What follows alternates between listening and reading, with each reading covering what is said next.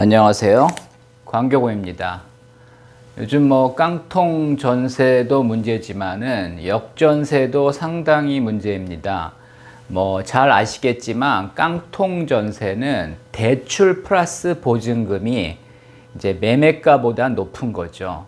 그러니까 이제 대출하고 보증금이 매매가보다 높으니까 집주인이 이제 신용이 좋은 사람이라면 결국 이거를 이제 해결해 줄 수가 있지만 대개는 이제 그렇지 않은 경우가 많고요. 특히 이제 이게 이제 사기꾼들이 이제 만든 계획일 경우에는 이미 그 집주인은 이제 신용이 좋은 사람이 아니라 바지 사장 같은 사람으로 이제 대체가 된 거기 때문에 처음에 계약을 할 때 잘 확인을 하고 들어가야 됩니다. 일단 깡통 전세 상황에서는 대책이 없습니다. 일단은 이제 대출은 이제 금융권일 거고 보증금은 이제 세입자겠죠. 그래서 이제 둘이 이제 누가 더 선순위냐에 따라서 또 차이가 있긴 하지만 결국은 둘 중에 하나는 날릴 가능성이 높은 겁니다.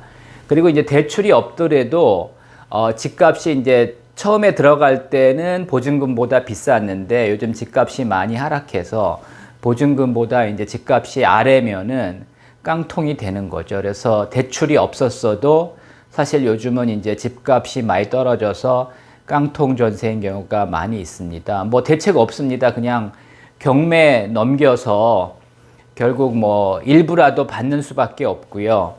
예, 손실이 불가피합니다. 주식이나 부동산이나 항상 마찬가지입니다. 이렇게 올랐다가 빠지면은 항상 누군가는 이제 손해를 많이 보게 되죠. 부동산도 마찬가지고, 카카오페이, 카카오뱅크, 많죠, 지금. 크래프톤, 하여튼, 공모주 중에도 이렇게 올랐다가, 그때 당시에는 인기가 있어서 이렇게 올랐는데, 사실은 펀더멘탈이 뒷받침이 안 되면, 이런 경우 굉장히 많고요. 또 이제 코로나 수혜주도 많이 있죠. 코로나 터져가지고, 진단키트, 마스크, 이런 업체들 굉장히 주가가 많이 올랐었는데 코로나가 계속되는 거 아니죠. 언젠가는 끝난다고 봐야 되는데 또 이때 실적이 좋으니까 또 흥분해서 사신 분들 또 이렇게 될 수밖에 없는 거고요. 주식이나 부동산이나 똑같습니다. 그래서 결국은 폭등한 후에는 사지 말고 폭락한 후에는 또 팔지 말아야 됩니다. 이렇게 이제 참다 또 이제 폭락한 후에 파시는 분들도 있는데 망하는 회사나 아주 비전이 없는 부동산 아니면 폭락한 후에는 팔지 말고 기다렸다가 이제 거래가 회복되면 이제 그때 팔아야 되는 거죠. 역전세도 요즘 심각합니다. 역전세는 전세가보다는 이제 매매가가 높은데 전세금이 이제 하락한 거죠. 지금 저희 동네도 3억 하던 전세가 요즘 2억 2천도 잘 안 나갑니다. 근데 이제 여기는 이제 근본적으로는 큰 문제는 없습니다. 왜냐하면은 매매가가 전세가보다 높기 때문에 집주인이 그렇게 쉽게 포기하지는 않습니다. 그래서 이제 돌려주긴 돌려주는데 이제 상황에 따라 다른 거죠. 세입자 입장에서 이제 만기가 되면은 차액을 집주인이 이제 상환해 줄 수밖에 없습니다. 안 해주면 이제 임차권 등기하고 보증금 반환 소송하면은 시간이 걸려서 그렇지 받기는 받습니다. 집주인 입장에서는 이제 많은 분들이 그래요. 집주인은 부자니까 이거 왜 못 돌려주냐 이렇게 생각하시는 분들이 있는데 집주인이라고 돈 쌓아놓고 있지 않습니다. 대개 이제 집주인이 집을 살 때 돈이 부족해서 전세를 놓는 거죠. 돈이 남는다면은 월세 놓죠. 그래서 이제 집주인도 대개는 전세금 받아서 집 사는 데 썼든지 아니면 다른 데 투자했든지 어딘가에 이제 사용을 한 겁니다. 집주인이 그 돈을 은행에 넣어놓고 있는 경우는 극히 드뭅니다. 근데 집주인 입장에서는 어떻게 해야 되느냐? 본인이 이제 입주를 할 경우는 보증금 상환 대출을 해야 되는데요. 이게 이제 계속 전세로 돌리는 경우가 문제가 됩니다. 3억짜리 집이 지금 2억 2천인데 그럼 이제 8천을 돌려줘야 되는데 집주인이 8천이 없죠. 근데 이제 본인이 입주할 경우는 오히려 이제 보증금 상환 대출에서 대출을 많이 받을 수가 있는데 전세가 있는 경우는 대출을 받기가 어렵습니다. 뭐 후순위 대출은 가능한 경우도 있지만 일단 은행권 대출은 어렵습니다. 그러니까 이제 전세가 있으면 대출이 어렵고요. 대출이 있으면 전세를 안 들어옵니다. 그래서 둘 중에 하나만 해야지 두 개 다 하는 경우가 가능한 경우가 있긴 있는데 은행권 대출은 안 됩니다. 그래서 집주인분들도 이거를 잘 생각을 하셔야 되는 거고요.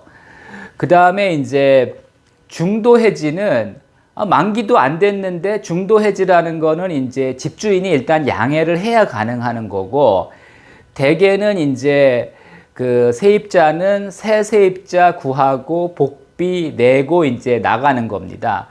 근데 그 집주인이 이렇게 하죠. 뭐 만기 안 됐지만 집 좀 빼주세요. 이러면 그래 네가 알아서 빼가지고 나가 이렇게 얘기를 하죠. 근데 3억짜리 집을, 그러니까 3억짜리 전세를 그 지금 시세가 2억 2천인데 3억 주고 들어올 사람은 없는 거죠. 그래서 뭐 실제로는 나가기 어려운 겁니다. 그래서 중도 해지는 어렵고 만기 해지는 뭐 시간이 좀 걸릴 수는 있지만 가능합니다. 그래서 중도 해지가 이제 어렵기 때문에 결국은 지금 역전세 상황에서 세입자는 만기 채우는 수밖에 없습니다. 그래서 만약에 지금 다른 지역으로 뭐 발령이 나거나 회사를 옮기거나 사업장을 옮겨서 나가야 되는 경우는 실제로 이제 나가기가 그렇게 쉽지 않습니다.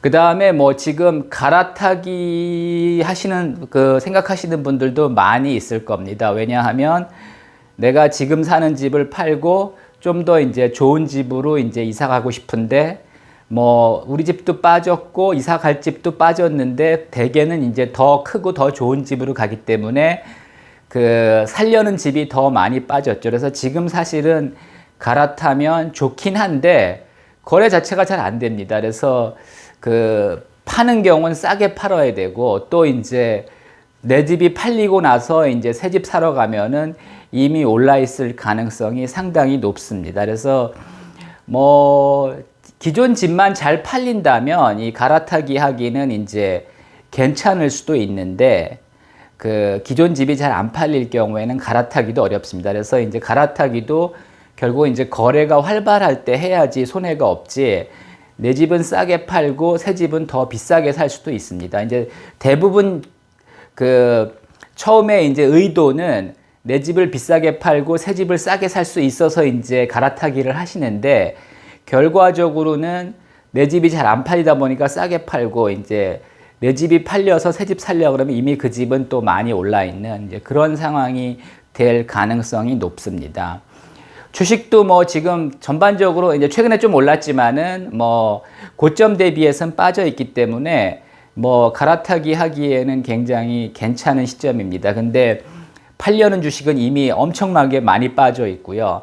또 내가 사고 싶은 주식들은 뭐 예를 들어 전기차 배터리나 반도체 주식 이런 것들은 이미 좀 올라 있죠. 그래서 사실은 그것도 기존 주식 팔고 새 주식을 사야 되는데 기존 주식은 뭐 거의 반토막 이상 나 있고요. 새 주식은 뭐 고점보다는 조금 쌀지 모르지만은 그렇게 싸지 않기 때문에 그렇게 쉽지는 않습니다. 그래서 항상 주식 투자도 그래서 항상 뭐 쉽지 않습니다. 결국은 좋은 주식을 사야 되고요. 그 다음에 이제 쌀 때 사야지 폭등한 후에 사고 폭락한 후에 팔면은 결국 이제 악순환이 계속될 수밖에 없습니다. 참고하시기 바랍니다.